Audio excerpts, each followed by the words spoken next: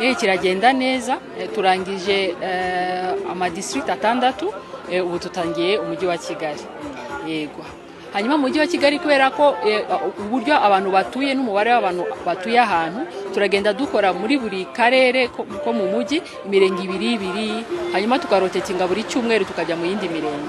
So turasaba ko baza bakabikora, bakaza bakiyandikisha, bakazana n'abana babo. Iminsi y'akazi twagerageje gukora no muri weekend, dukora kwa gatandatu no ku cyumweru kugira ngo wa mubyeyi ufite umwana ukiri mu ishuri ashobore kumuherekeza aze nawe bashobore kumwandikisha adataye akazi ke.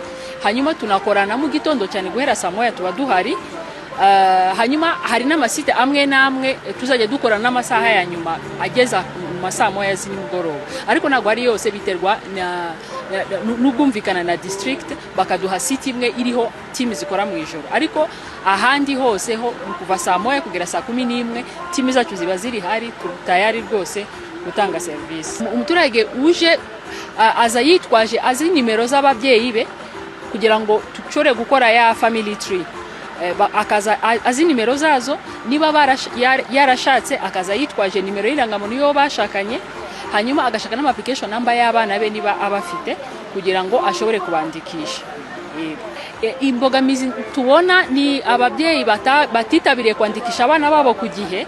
Turabona nk'abana bo muri primaire turagenda ugashakisha ugasanga yaracikano ntago yigeze bamubarura mwirangamimerere. Tukaba tubasaba cyane ko ubu ngubu twanabimanuye sedo ku rwego rw'akagari ashobora kumwandika.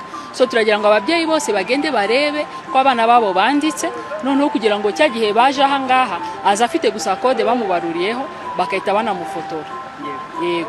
Ikindi na abashakanye nabo usanga rimwe na rimwe wenda amakuru yabo atashyize ku gihe, naho akaba yakwegera etat civil bakaba bayashyira ku gihe, nko kuvuga wenda aragaragara ko atashatse kandi azi neza ko yashakanye bimwe n'amategeko, akagenda agakoresha update kugira ngo babishyiremo noneho abone kuza aha ngaha.